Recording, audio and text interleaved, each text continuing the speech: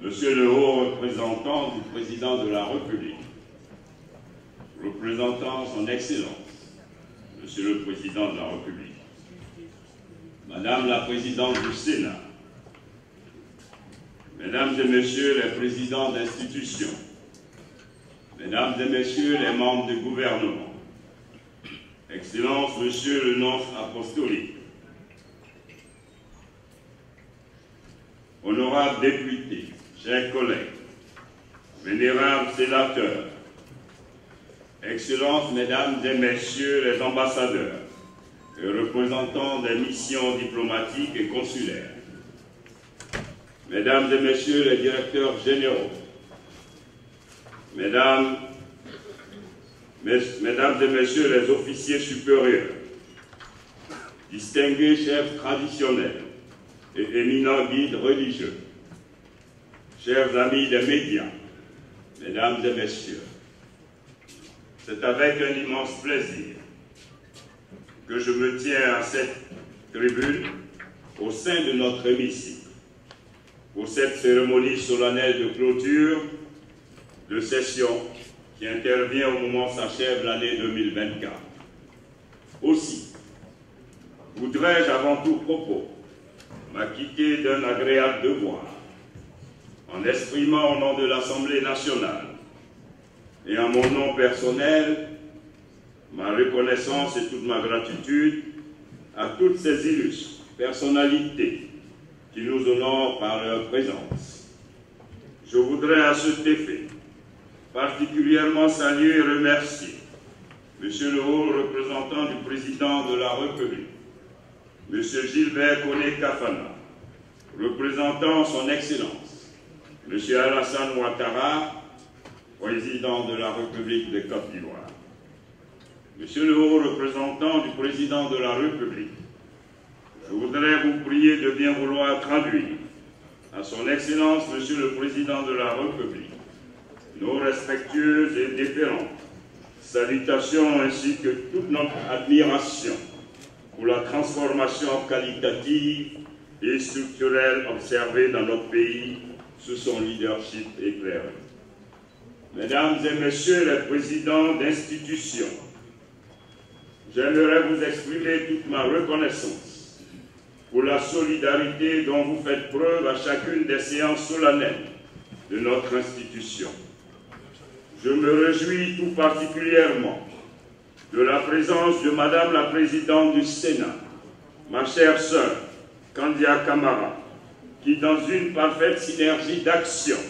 avec l'ensemble des sénateurs et nos chambres, travaille avec abnégation pour faire de notre Parlement une force de proposition à l'écoute et au service de nos populations. Mesdames et Messieurs les membres du gouvernement, je me réjouis de votre présence à cette cérémonie qui témoigne de la parfaite collaboration entre les pouvoirs législatifs et exécutifs.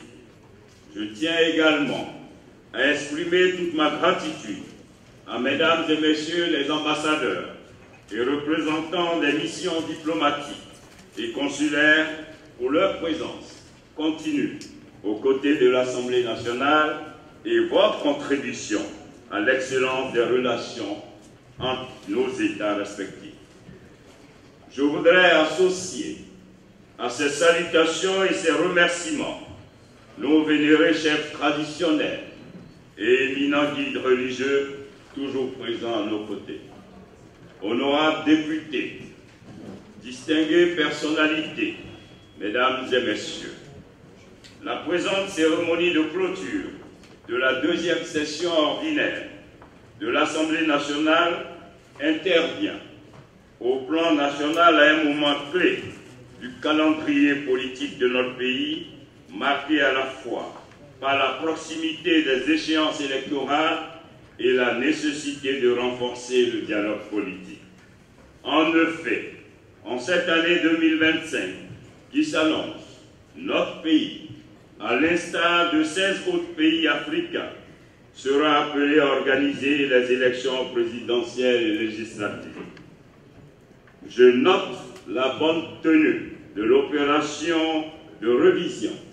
de la liste électorale en prélude à ces importantes échéances électorales et l'intérêt suscité par celles-ci auprès des populations ivoiriennes et des différentes parties prenantes. Ces opérations qui se sont déroulées dans un esprit de paix ont enregistré, selon les résultats de la Commission électorale indépendante, la participation de 1 461 081 personnes, dont 934 157 sollicitant une nouvelle inscription. Chers collègues députés, mesdames et messieurs, au plan international, la reconfiguration géopolitique est marquée par la brillante élection du président Donald Trump aux États-Unis et la montée en puissance des BRICS, ainsi que le renforcement des engagements des pays à lutter efficacement contre le dérèglement climatique. Tous ces changements redéfinissent les paradigmes économiques, les opportunités et les nouveaux enjeux stratégiques auxquels nos États font face. J'observe, pour ma part, que les récents événements survenus en Syrie et l'extension du conflit israélo-palestinien au Proche-Orient, notamment au Liban, ainsi que la persistance de la crise russo-ukrainienne, continuent d'avoir des impacts économiques, sociaux et politiques significatifs à l'échelle mondiale et plus encore en Afrique. La persistance et l'intensification de ces crises exigent des réponses adaptées et concertées dans le respect du droit international afin de parvenir à des solutions justes. C'est pourquoi la représentation nationale par ma voix appelle au respect de la Charte des Nations Unies en privilégiant le règlement pacifique pour les différends internationaux. Honorables députés, distingués invités, mesdames et messieurs, les effets néfastes du changement climatique n'épargnent plus aucun pays. Le passage du cyclone à Mayotte ainsi que les vagues d'inondations au Nigeria, au Niger et au Tchad qui ont occasionné de nombreux dégâts matériels et des pertes importantes en vie humaine montrent l'ampleur de l'urgence internationale dans la lutte contre le dérèglement climatique. C'est dans cette perspective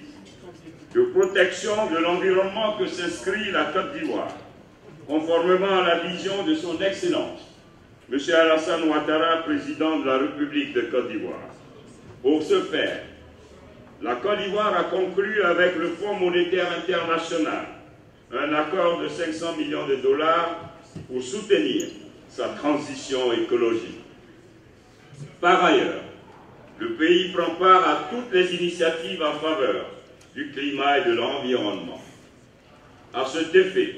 il a été fortement représenté à la 29e conférence des parties des Nations Unies sur le climat, COP29, qui s'est tenue du 11 au 22 novembre 2024 à Bakou, en Azerbaïdjan. Distinguées personnalités, honorables députés, mesdames et messieurs, c'est dans ce contexte national et international qu'intervient la clôture de notre deuxième session ordinaire dédiée à l'examen du projet de loi de finances, mais qui a vu aussi se tenir des séances d'information parlementaire et l'examen de certaines lois autres que celles des finances.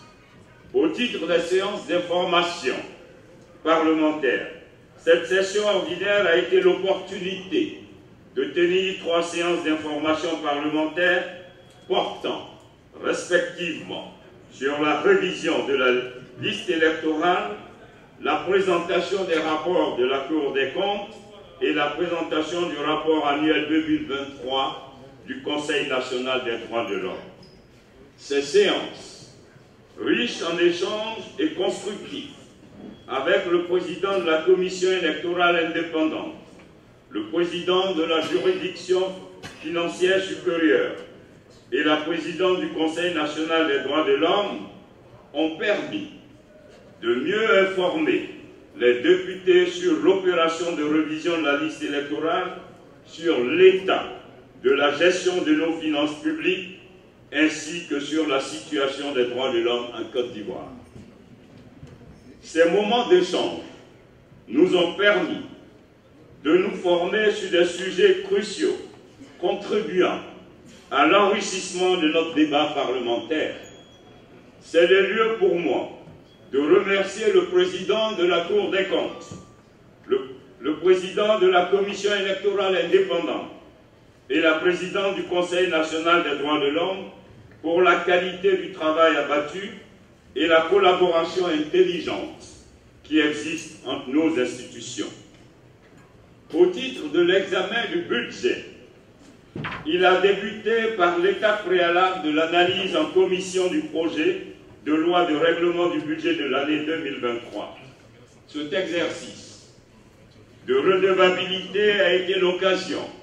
pour chacun des députés de se rappeler des priorités définies l'année passée, de scruter la gestion des finances publiques avec la plus grande attention et de s'assurer que les autorisations accordées par le Parlement ont été exécutées dans le respect de l'orthodoxie budgétaire. Chers collègues députés, mesdames et messieurs, après la loi de règlement, la Commission des affaires économiques et financières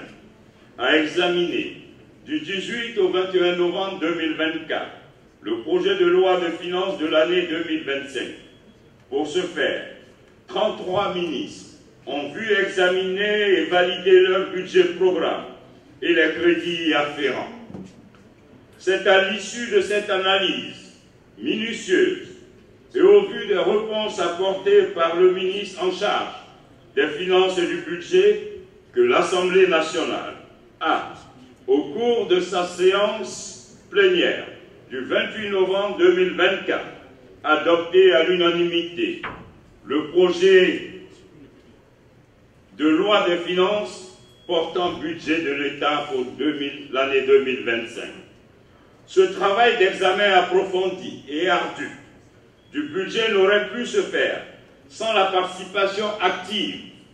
et la mobilisation de tous les députés, et tout particulièrement des membres de la Commission des affaires économiques et financières qui ont examiné avec pertinence chaque ligne budgétaire, chaque dépense et chaque projet d'investissement avec le souci constant que chaque crédit alloué contribue à apporter une réponse aux attentes des Ivoiriens, à lutter contre la vie chère et à améliorer le cadre de vie des populations. Distingués invités, chers collègues députés, ainsi pour l'année 2025, le budget adopté s'équilibre en ressources et en charges à hauteur de 15 339 milliards de francs CFA, avec une prévision de croissance de 6,3%. En dépit des tensions géopolitiques et du resserrement des conditions financières au niveau international, ce budget s'inscrit dans le cadre de l'achèvement de la mise en œuvre du PND 2021-2025, qui vise notamment l'accélération de la transformation structurelle de l'économie, la préservation de l'environnement, le développement du secteur privé, la promotion de l'emploi et le renforcement de la gouvernance, ainsi que la modernisation de l'État. Aussi, prend-il en compte l'incidence financière des prochaines élections présidentielles et législatives, ainsi que les moyens nécessaires à la mise en œuvre d'un dispositif de sécurité renforcé, pour garantir que ces élections se déroulent dans des conditions de paix et de confiance. Distingués invités, chers collègues, mesdames et messieurs, bien que cette deuxième session ordinaire ait été principalement dédiée à l'analyse des textes relatifs au budget, d'autres textes législatifs essentiels ont été examinés. Ainsi, outre le projet de loi de règlement et celui de la loi de finances 2025, nous avons eu à examiner et a adopté 5 autres projets de loi au cours de cette deuxième session ordinaire, soit un total de 7 projets de loi adoptés. Mesdames et messieurs, chers collègues députés, parmi ces projets de loi, certains, bien plus que d'autres, ont suscité un réel intérêt auprès de la population ivoirienne. Il s'agit entre autres du projet de loi modifiant la loi numéro 2018-862 du 19 novembre 2018 relative à l'état civil. Le projet de loi déterminant les procédures applicables aux contentieux relatifs au bail à usage d'habitation et à l'exécution des décisions d'expulsion d'un immeuble. Le projet de loi modifiant l'article 4 de la loi numéro 2022-193 du 11 mars 2022 portant création, compétences, organisation et fonctionnement du pôle pénal économique et financier. Le projet de loi portant organisation des juridictions. Distingués invités, chers collègues, mesdames et messieurs, comme vous le savez, la diplomatie parlementaire demeure l'un des axes principaux de mon action au sein de l'Assemblée nationale. À ce titre, pendant cette session ordinaire, j'ai pu échanger avec des parlementaires étrangers, des ambassadeurs et des représentants d'organisations internationales ici au Palais de l'Assemblée nationale. J'ai aussi pris part du 13 au 17 octobre 2024 à la 149e Assemblée de l'Union interparlementaire dont le débat général a porté sur le thème « Exploiter la science, la technologie et l'innovation pour un avenir plus pacifique et durable ». En marge de l'Assemblée générale, j'ai également pris part le 18 octobre à la réunion du panel de haut niveau des présidents chargés de préparer la 6e conférence des présidents. Distingués invités, honorables députés, mesdames et messieurs, vous l'aurez constaté, bien que relativement courte, cette session a toutefois été riche en activités et en débats constructifs. Nous avons su nous mobiliser pour traiter avec élégance et courtoisie, dans un esprit de famille parlementaire, les questions essentielles qui touchent à la vie de notre nation et de nos concitoyens. C'est pourquoi je tiens à remercier l'ensemble des députés pour l'engagement constant, l'enthousiasme et le sérieux dont chacun a fait preuve.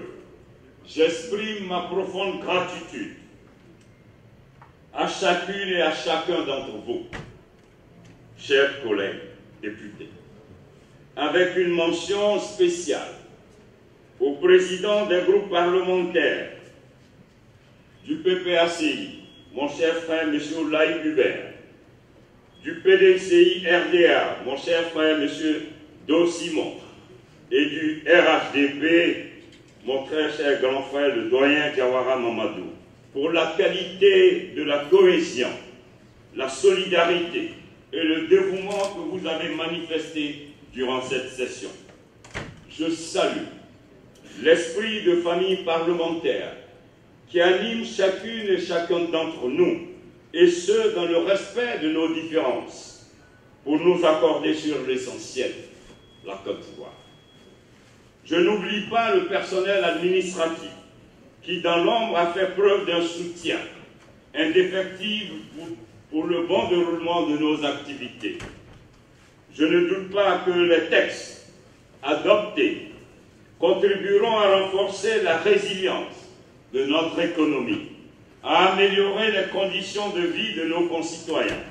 et à consolider la démocratie et l'état de droit. Chers collègues députés, mesdames et messieurs, distingués invités, je salue une fois de plus, après la mobilisation exceptionnelle qui a prévalu à l'occasion de la CAN, l'esprit de solidarité des Ivoiriens qui s'est récemment manifesté à travers le soutien apporté à notre jeune compatriote, Mélanie Zénab Bamba épouse Bansé,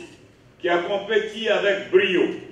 en tenant pendant 131 heures et 30 minutes pour le record Guinness du marathon de cuisine. Par ailleurs, en cette fin d'année,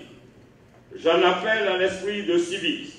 sur nos routes afin d'éviter des accidents. C'est le lieu pour moi d'exprimer, au nom de l'Assemblée nationale et à mon nom personnel, toute notre compassion aux familles éplorées et un prompt rétablissement aux blessés de l'accident du bus survenu dans la commune du Plateau,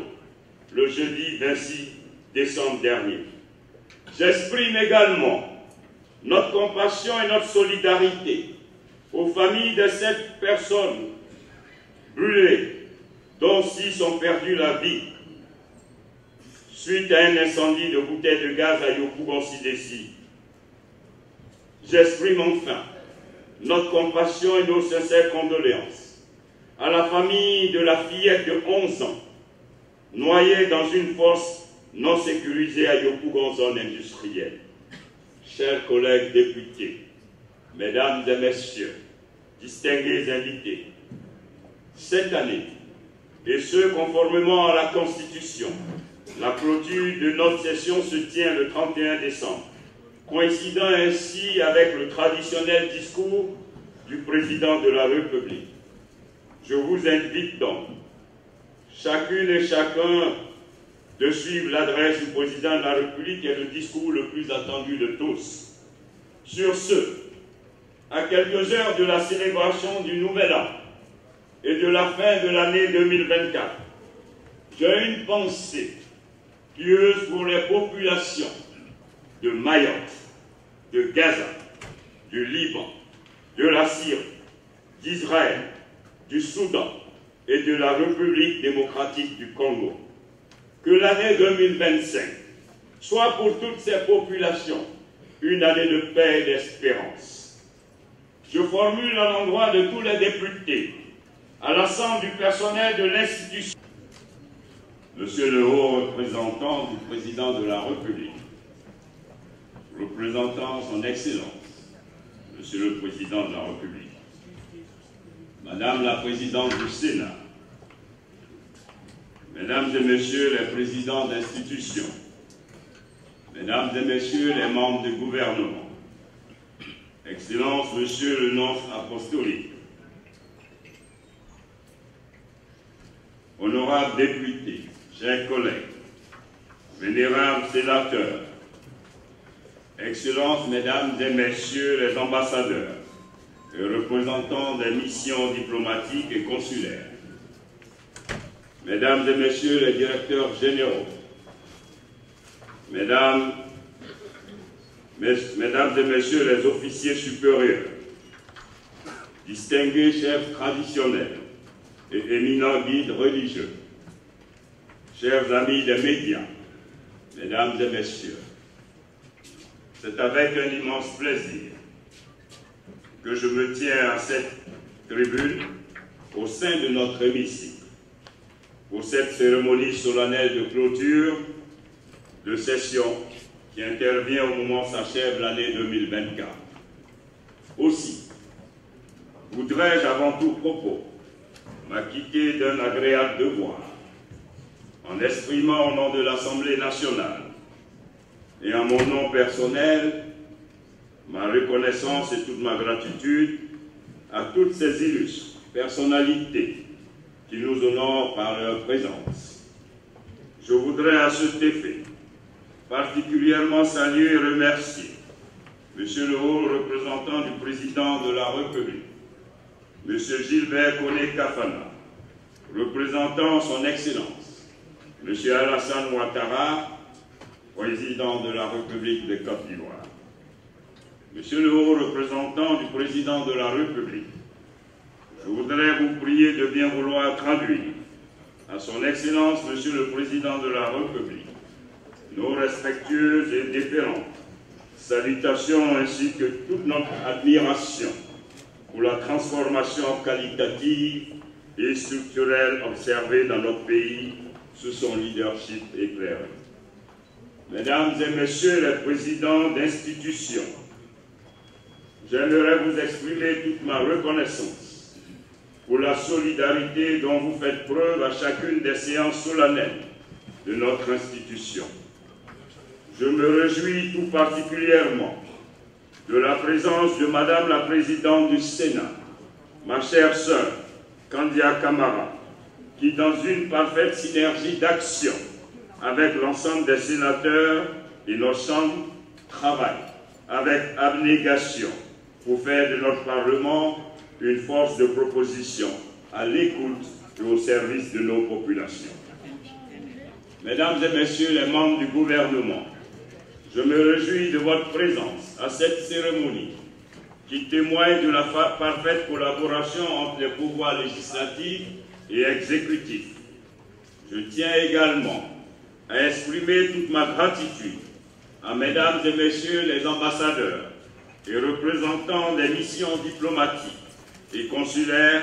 pour leur présence continue aux côtés de l'Assemblée nationale et votre contribution à l'excellence des relations entre nos États respectifs. Je voudrais associer à ces salutations et ces remerciements nos vénérés chefs traditionnels et éminents guides religieux toujours présents à nos côtés. Honorables députés, distinguées personnalités, mesdames et messieurs, la présente cérémonie de clôture de la deuxième session ordinaire de l'Assemblée nationale intervient au plan national à un moment clé du calendrier politique de notre pays, marqué à la fois par la proximité des échéances électorales et la nécessité de renforcer le dialogue politique. En effet, en cette année 2025 qui s'annonce, notre pays, à l'instar de 16 autres pays africains, sera appelé à organiser les élections présidentielles et législatives. Je note la bonne tenue de l'opération de révision de la liste électorale en prélude à ces importantes échéances électorales et l'intérêt suscité par celle-ci auprès des populations ivoiriennes et des différentes parties prenantes. Ces opérations qui se sont déroulées dans un esprit de paix ont enregistré, selon les résultats de la Commission électorale indépendante, la participation de 1 461 081 personnes, dont 934 157 sollicitant une nouvelle inscription. Chers collègues députés, mesdames et messieurs, au plan international, la reconfiguration géopolitique est marquée par la brillante élection du président Donald Trump aux États-Unis et la montée en puissance des BRICS, ainsi que le renforcement des engagements des pays à lutter efficacement contre le dérèglement climatique. Tous ces changements redéfinissent les paradigmes économiques, les opportunités et les nouveaux enjeux stratégiques auxquels nos États font face. J'observe, pour ma part, que les récents événements survenus en Syrie et l'extension du conflit israélo-palestinien au Proche-Orient, notamment au Liban, ainsi que la persistance de la crise russo-ukrainienne, continuent d'avoir des impacts économiques, sociaux et politiques significatifs à l'échelle mondiale et plus encore en Afrique. La persistance et l'intensification de ces crises exigent des réponses adaptées et concertées dans le respect du droit international afin de parvenir à des solutions justes. C'est pourquoi la représentation nationale par ma voix appelle au respect de la Charte des Nations Unies en privilégiant le règlement pacifique pour les différends internationaux. Honorables députés, distingués invités, mesdames et messieurs, les effets néfastes du changement climatique n'épargnent plus aucun pays. Le passage du cyclone à Mayotte ainsi que les vagues d'inondations au Nigeria, au Niger et au Tchad qui ont occasionné de nombreux dégâts matériels et des pertes importantes en vie humaine montrent l'ampleur de l'urgence internationale dans la lutte contre le dérèglement climatique. C'est dans cette perspective